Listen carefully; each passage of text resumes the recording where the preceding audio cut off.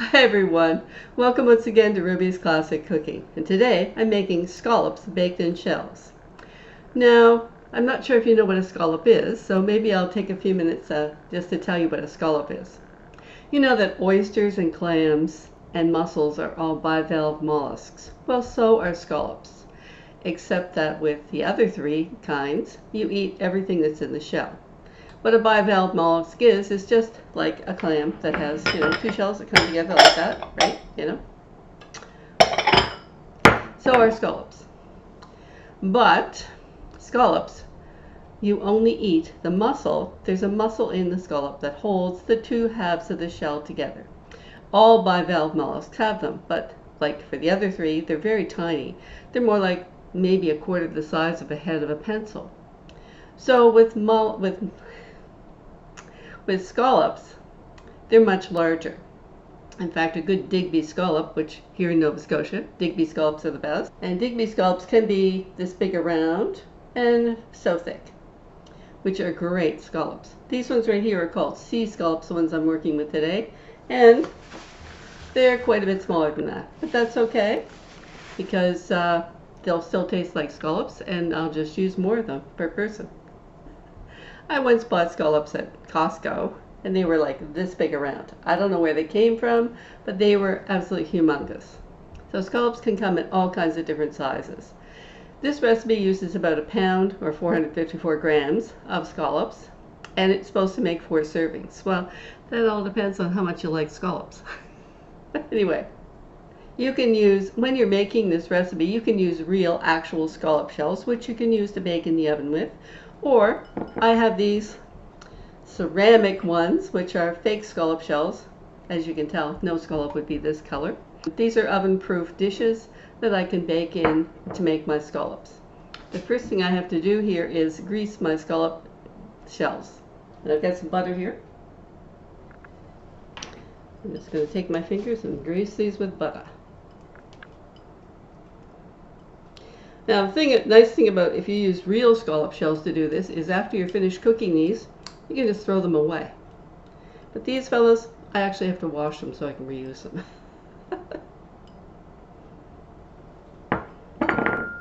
Just in case you've never seen a real scallop shell, that's basically what they look like. This is a nice deep one. Most scallop shells, real scallop shells, are a little bit shallower than that, but that depends on what part of the world you're in and how big the scallops are. Some of them are really big and some of them are quite small. In this package I have about 300 grams of scallops, which is about 10 ounces. And I'm going to divide these up between my 4 scallop dishes here. And since my husband and I are going to be eating these, I got to make sure they have the same number of scallops in each dish. I'm going to take my 4 scallop dishes and I'm going to put them on a baking sheet just to keep them all together in my oven when baking them, because you don't want them to tip over while you have them in the oven. There we go. And now I'm going to add some salt and pepper to each of these, just a little sprinkle. I mean, these are pretty salty from having been in the ocean, but I'll just use a little bit. This is sea salt, yellow, pink. It's actually pink Himalayan rock salt. I'm just going to give a little sprinkle over each one of these guys. Don't go too crazy with the salt because, after all, they're from the sea, so they're pretty salty already. And I'm going to give them a little grind of fresh pepper.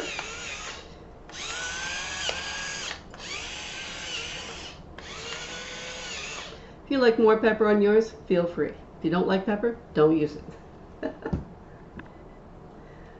And then I have a quarter of a cup of heavy cream.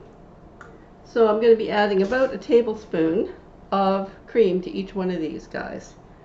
So this is whipping cream, 35% butterfat cream. So let's see. I'm going to put some breadcrumbs and some Parmesan cheese and some melted butter on top of each one of these containers, okay? Now, start with the breadcrumbs. About a teaspoon, so I'm just going to use a teaspoon from the drawer and just sprinkle that over the top, make a little crumb crust on top of here.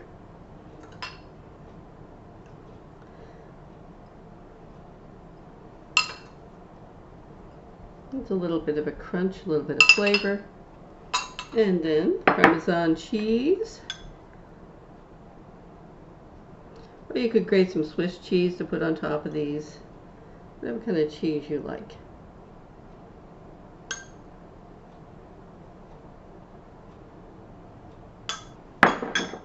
And now for some melted butter.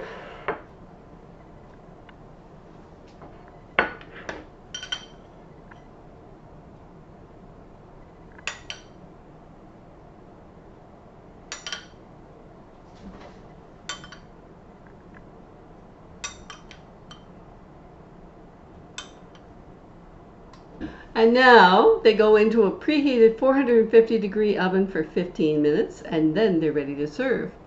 And I'll be serving them with some fresh cut lemon wedges and some salad on the side. Yum.